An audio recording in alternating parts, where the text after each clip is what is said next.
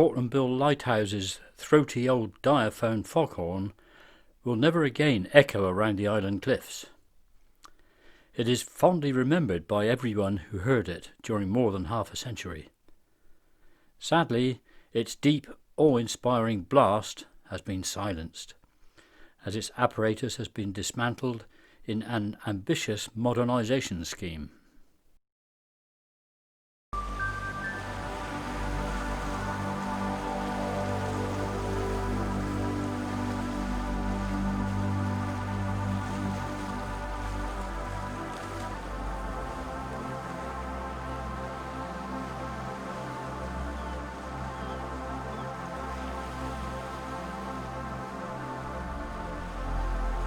For more than 300 years, Portland's famous lighthouses have dramatically highlighted this treacherous coast.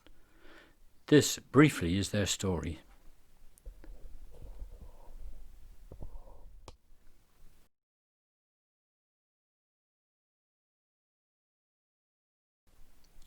The rocky promontory of Portland Bill has long been regarded as one of the greatest navigational hazards in the Channel. Currents clash as they pass over a vast undersea rocky shelf, creating a treacherous race of tempestuous waves. The Romans probably lit beacon fires on Branscombe Hill above Bill Point to warn sailors, but the lack of a local fuel prevented any regular light being established. Consequently, from the earliest times, the island's coast has been the graveyard of countless ships. The earliest known proposals for a lighthouse at Portland Bill were made by London speculators, firstly Sir John Corriton in 1665, and then by Sir John Clayton in 1669. Any private individual could apply to the Crown to build a lighthouse. The desire to save vessels, cargoes and lives were not the sole motive, for handsome profits could be made from the light dues levied on passing vessels, collected at the next port of call. The Lighthouse Authority, the ancient corporation of Trinity House, had vested interests and rejected both of those early proposals. Then, in 1702, Weymouth privateers Charles Langrish and Captain William Holman saw the opportunity to raise funds for themselves, while protecting ships from the dangers of the coast. They sent a petition, which Trinity House again rejected, contending that a light at Portland Bill was not needed, and saying the petitioners could not afford to maintain it.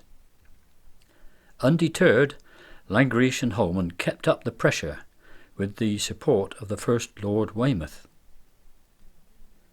In 1715 they petitioned again and gave compelling reasons for a lighthouse. They described the race, which yet leaves room enough of smooth water in good weather between it and the island for ships to sail without danger in the daytime. None dare venture there at night. It told of the sea running so high in the race on spring tides and in stormy weather that it was very dangerous even for the largest vessels to pass it. Several ships homeward bound have been seen in the Channel, but never arrived at their ports, having been there swallowed up, not knowing how to avoid the race. Islanders have seen ships sink in storms, but never saw nor heard of such ships, goods or men, or any part of their wreck afterwards. The petition continued, a lighthouse on the south part of Portland, where it may be seen both eastward and westward, would prevent all these dangers and losses, and be of great benefit to all ships and vessels which pass the Channel, to the saving of many men's lives, and the said lighthouse would be an excellent landmark in the daytime. This finally convinced Trinity House, who signed a lease for Holman and Langrish to erect one or more convenient lighthouses on the said island, with good and visible lights to be kept continually there in the night season, so as ships might better come to their ports without peril. Construction of the twin lighthouses proceeded rapidly, and in a few months the towers of the upper light on the top of Branscombe Hill, overlooking the Bill, and the lower light just below it had been built. The first lights of the pair were kindled behind the glazed lanterns on the 29th of September 1716. Operation was difficult. The coal fires had to be kept going with leather bellows, and the plain glass windows tended to become blackened with soot. The new lights potentially eased navigation around Portland, but complaints were made to Trinity House that they were sometimes not lit at all, with consequent disasters, as in January 1748, when the ship Hope of Amsterdam, laden with immense treasures, was wrecked on Chesil Beach, because, according to John Hutchins, it being very dark and no light from Portland lighthouses, either by reason of the great mist or the neglect of the persons concerned there. In 1752, 2 elder brethren of Trinity House sailed to Portland to inspect the lights. On approaching by sea, they were alarmed to note that it was nigh 2 hours after sunset before any light appeared in either of the lighthouses. As a result, Trinity House terminated the lease and took over the running of the Portland lights themselves. As time went on, Trinity House realised that the Portland lights were grossly inadequate. To remedy this, in 1789, the higher light was fitted with revolutionary oil lamps developed by the Swiss-born Aimé Argand, in which the wick was enclosed in a glass tube, giving a clean, intense flame. A highly polished parabolic reflector placed behind each lamp threw the light forward with great brilliance. This was the first lighthouse in Britain to be fitted with Argand lamps, which thereafter became the standard illumination for lighthouses throughout the world. Weymouth builder William Johns was then engaged to construct a totally new lower light tower to the design of engineer Samuel Wyatt. This was built on a different site so that the pair served as better navigation marks to direct ships clear of the Race and Shambles Bank. This 19-metre high tower of 1789 was a very elegant structure. The doorway and windows were in Gothic style. It may seem strange to include such classical features on a functional lighthouse on such a remote site, barely seen by anybody, and accessed only along rough tracks. All becomes clear when we find that its architect, Samuel Wyatt, was, just 2 years later, to design the magnificent new headquarters for Trinity House in Tower Hill, London, constructed, of course, in Portland stone. A further link to this island is that Samuel's younger brother, the famous architect James Wyatt, was about to produce his designs for Portland's neo-Gothic Pennsylvania castle. Inside Samuel Wyatt's lower lighthouse, a stone spiral staircase with ornate iron balustrades led to the lamp room, where 6 powerful Argand lamps were installed, and where preparations were made for a world-beating innovation. Experimental 21-inch diameter plano-convex lenses were installed by inventor Thomas Rogers to magnify the light from the burners. The trial was considered a success, and Portland thereby had the first lighthouse anywhere in the world to use a true lens. For the first time, these remarkable new optics could throw a concentrated beam as far as the seaward horizon on a clear night. This commemorative marble plaque was affixed above the door and is now displayed in the current lighthouse. The Portland lighthouses were in fine order when King George III came to see them in September 1791. 10 years later, the great lighthouse engineer Robert Stevenson reported the lighthouses to be in most excellent condition.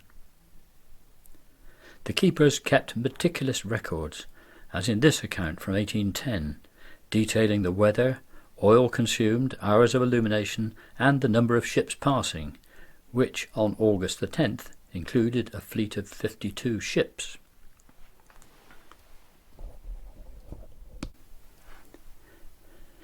In November 1824, the higher light was converted to a revolving one with 3 faces, giving a flash every 2 minutes. But 12 years later this reverted to a stationary fixed one when it was upgraded with a new optical apparatus made by Chance Brothers of Birmingham. The Portland lights of 1836 were now among the most powerful on the English coast. However, France was now far ahead of Britain in lighthouse technology, partly due to the stubbornness of Trinity House to adopt new developments, their elder brethren being mostly retired seamen with no engineers or scientists on their board. Things changed when Trinity House eventually decided to adopt the remarkable lens system and oil lamps invented by Frenchman Augustin Fresnel, on which Britain's enterprising Chance Brothers were becoming world leaders. Trinity House then commissioned Chance & Co. to install the Fresnel system at Portland in 1856, for which the upper tower was raised in height.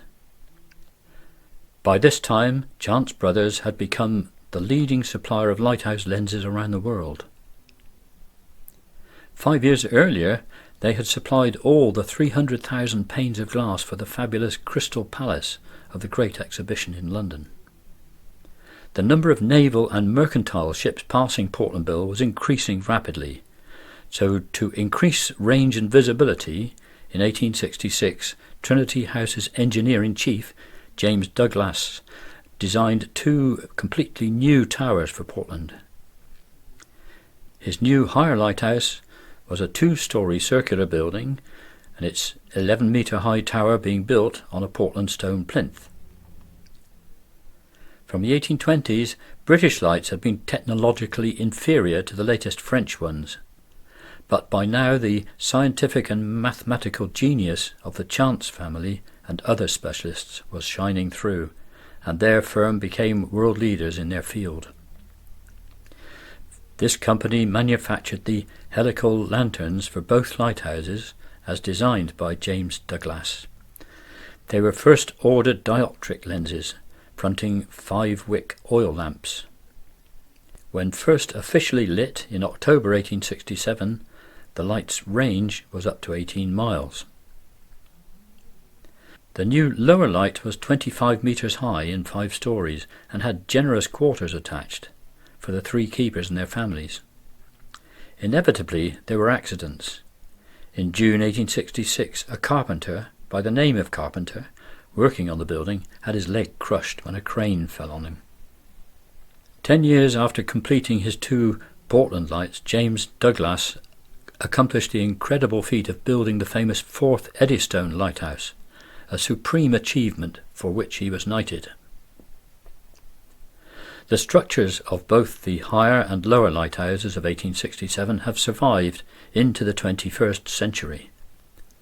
But by the late 1800s, their technology had become dated, and they could not be adapted to house the latest apparatus.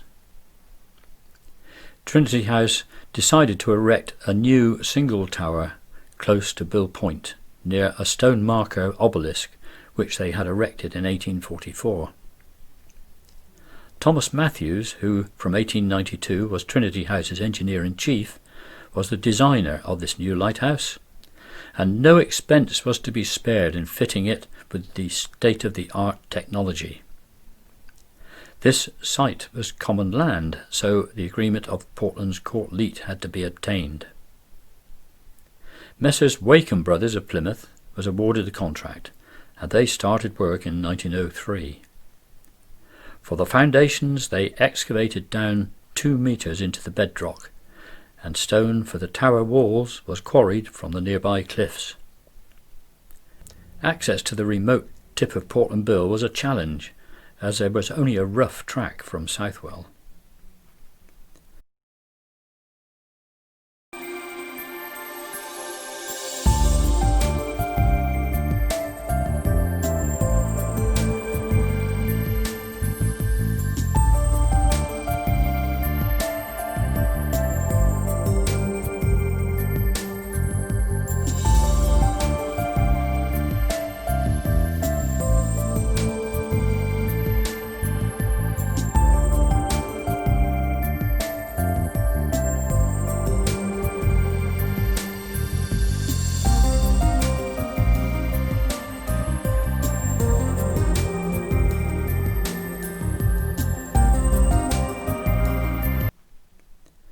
The rubble stone wall of the tower was then cement rendered to a very accurate and uniform taper as the wooden scaffolding was taken down.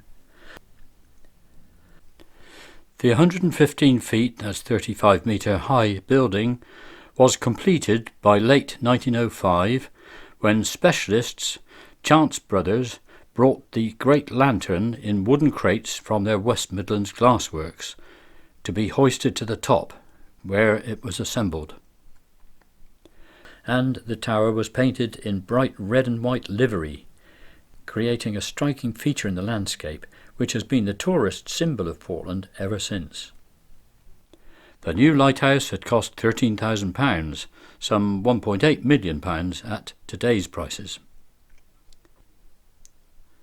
Keepers Taylor and Cumben moved house from the old lower light.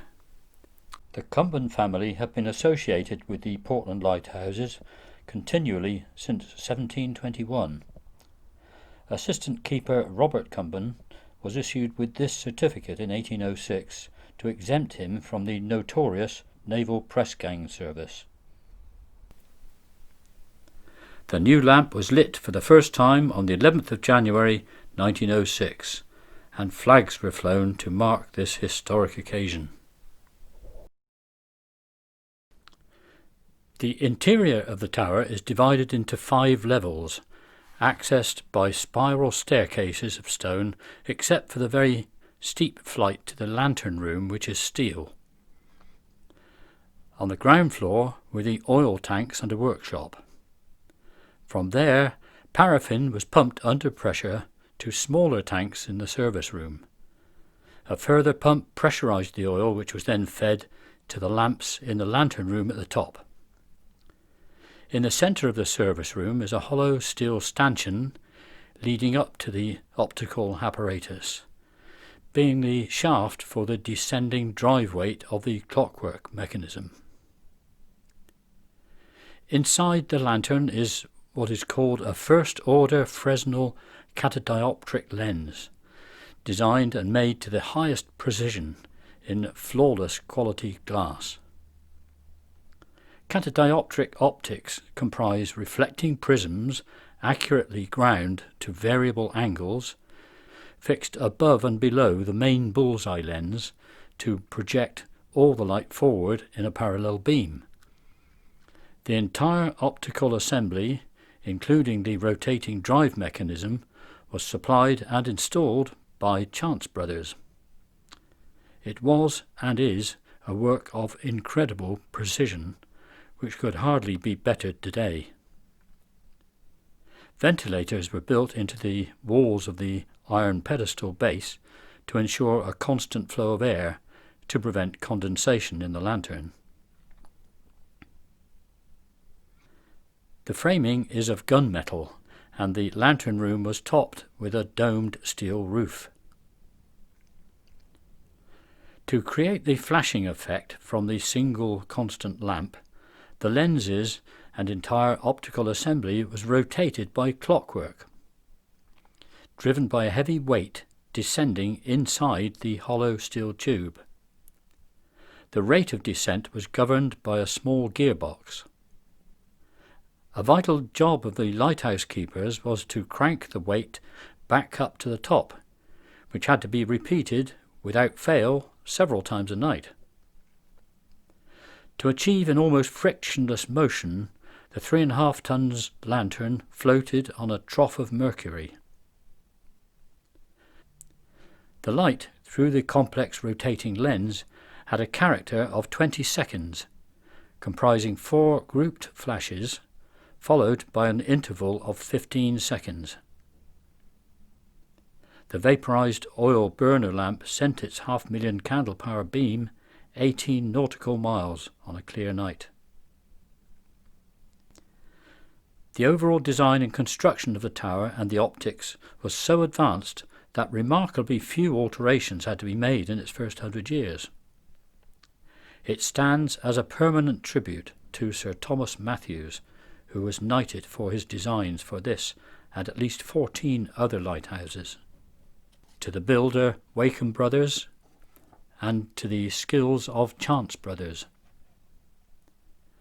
After Maine's electricity belatedly arrived at the Bill, in 1941 Bennett and Escott of Weymouth replaced the old oil-burning lamp with an electrical assembly with a powerful 3-kilowatt bulb.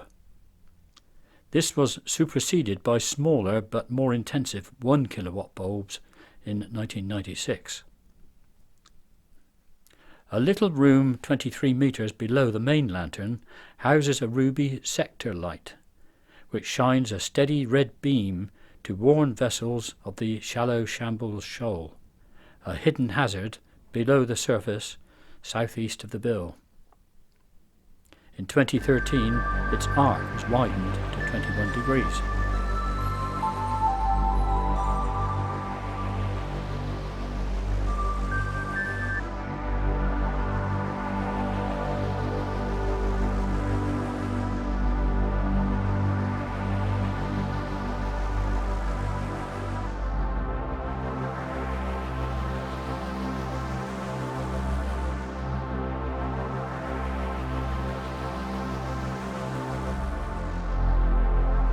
For centuries, mariners have been wary of the Shambles, the submerged navigational hazard just a few metres below the surface. It lies southeast of the Bill, unseen from the surface. It rises up to 22 metres above the surrounding seabed with steep sides. The shoal is some 5 kilometres long and 2 kilometres wide, and comprises huge sand waves, some being 7 metres high, overlying a gravelly, shelly ground. All vessels navigating the English Channel strive to avoid it. Before accurate sea charts, ships often grounded on the Shambles. In 1762, the man-of-war HMS Ripon struck fast and could only be freed after most of her 60 guns were thrown overboard. Earlier, one of Ripon's guns had exploded during a fight with a French privateer on this coast, killing 8 men. In the winter of 1805, an incompetent pilot caused one of the greatest catastrophes in the English Channel, when the East Indiaman, the Earl of Abergavenny, with 402 people aboard, struck the Shambles bank. Captain John Wordsworth, brother of poet William Wordsworth, managed to get her off, but the ship sank when trying to beach in Weymouth Bay, with the loss of 263 lives, and the captain went down with her. Appreciating the hazards, Trinity House, the Maritime Safety Authority, carried out accurate soundings of the Shambles, and in 1824 announced that 2 buoys had been placed to mark the shoal, a red buoy at the eastern end and a black one to the west. These buoys would have been hard to see in a swell or murky light. In 1828, the black one had to be replaced, having been driven some miles away in a storm. With the rapid increase in shipping in the Channel, Trinity House announced in early 1859 that they were to station a lightship on the Shambles to replace the buoys, despite some mariners doubting that a vessel could be secured there in gales. This unpowered wooden-hulled vessel was painted red with the word Shambles in large letters on its sides. Its single mast carried a fixed white lamp. These were still dangerous waters, and in March 1883 a steamer managed to collide with the lightship, causing severe damage to both vessels. The lightship, of course, had no power of her own, and 4 months later she was towed away and scrapped. A replacement iron lightship was placed on station later that year.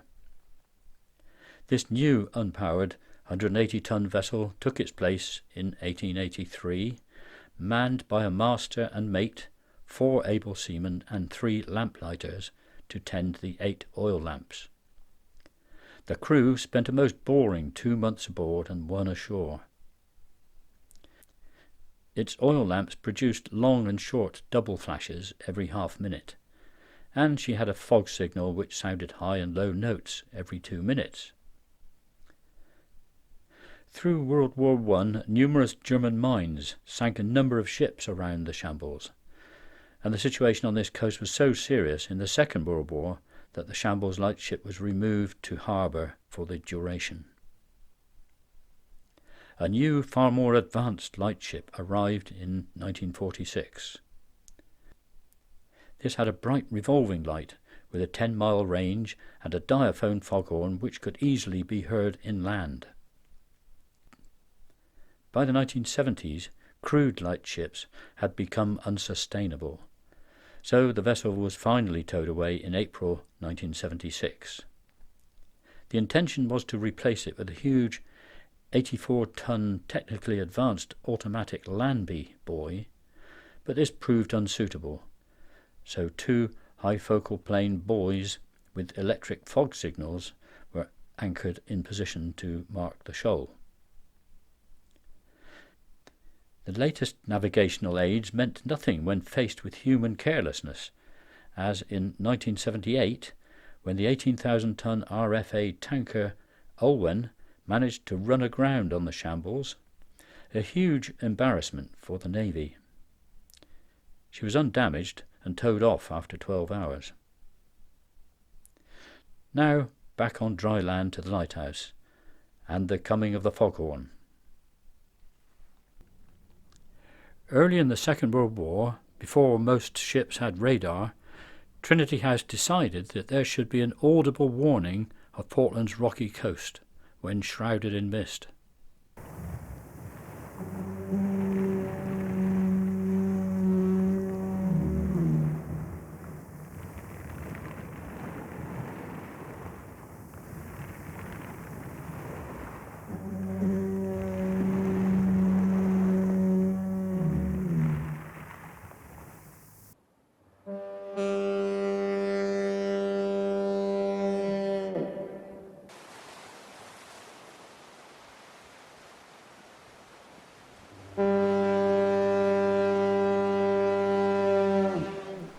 Portland's F-type fog signal was developed by the ubiquitous Chance brothers.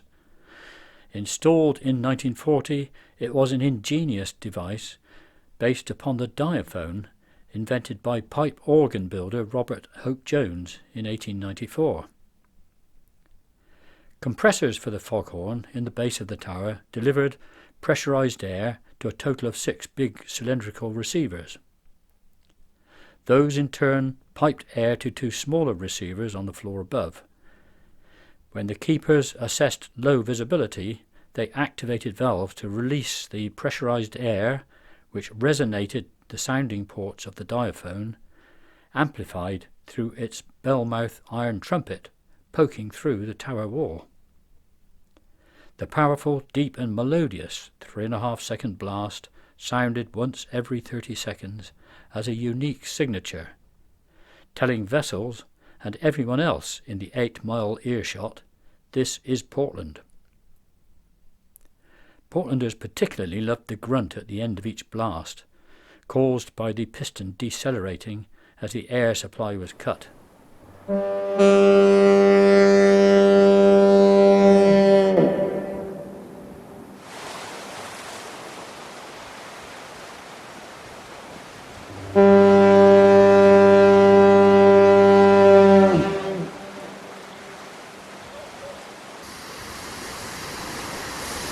The old drop-weight clockwork mechanism for rotating the lantern was replaced by an electric motor in 1952.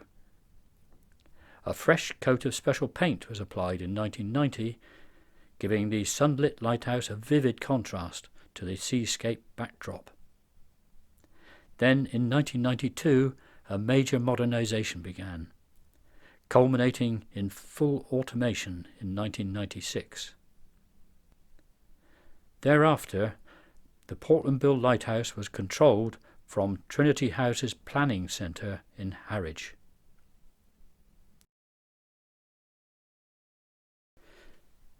The 1996 automation meant that the last keepers, Larry Walker, Ted Whaley and Peter Fitch, left their posts, and their adjoining quarters were turned over to other uses, notably a visitors' centre, which was opened in May 2015 by Her Royal Highness the Princess Royal.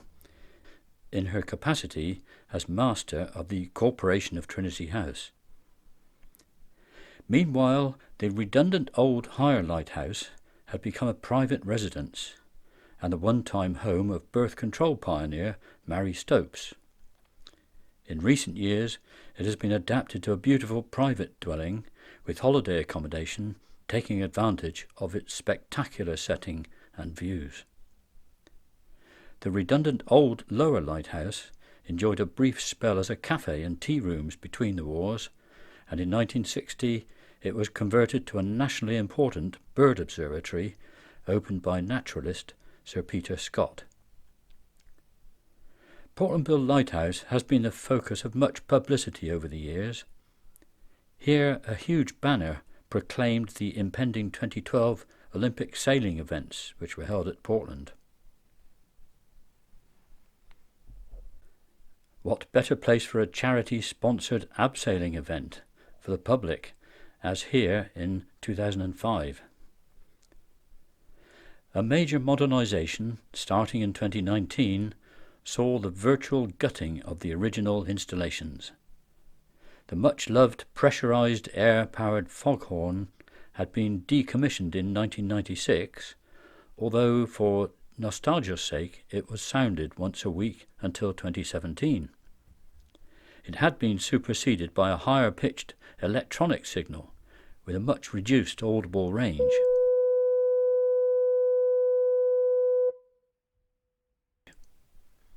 The sound from that signal was emitted through 4 holes in a blocked-up window opening on the south side of the tower.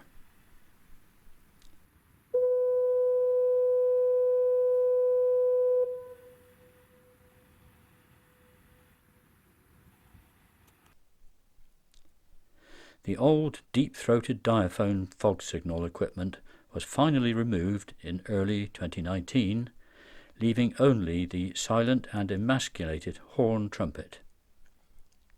In the modernisation, the 1996 electronic fog signal was also removed and the window put back in its place. Affixed to the railings is the fog visibility detector, joined on the balcony by the new omnidirectional fog signal. The range of the new fog signal of 2019 is even shorter than the earlier units. Its sound will reach only about 1 nautical mile.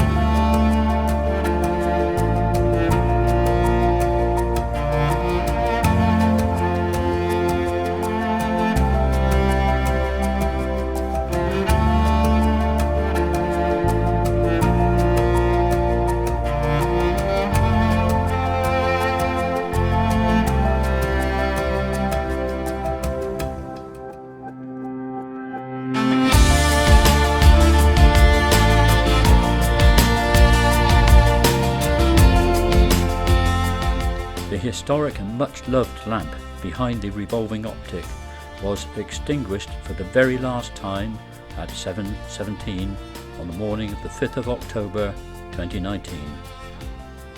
Its final moment, switching off after 113 years, was beautifully captured here by Kevin Burden.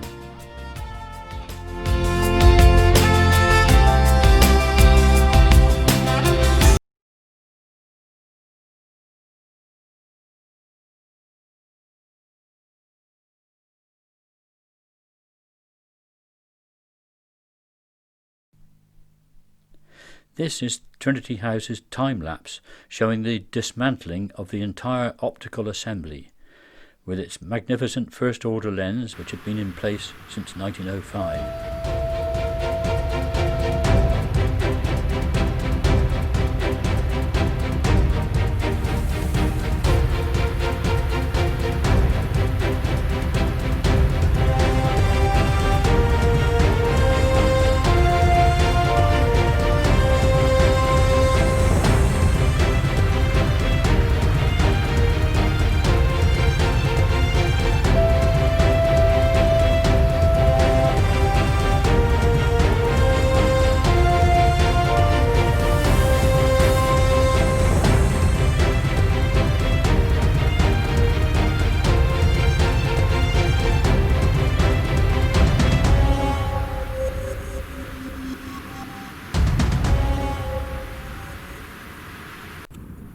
It was all removed from the lantern room in 2019, leaving just its iron pedestal and the trough from which the hazardous flotation mercury had been drained.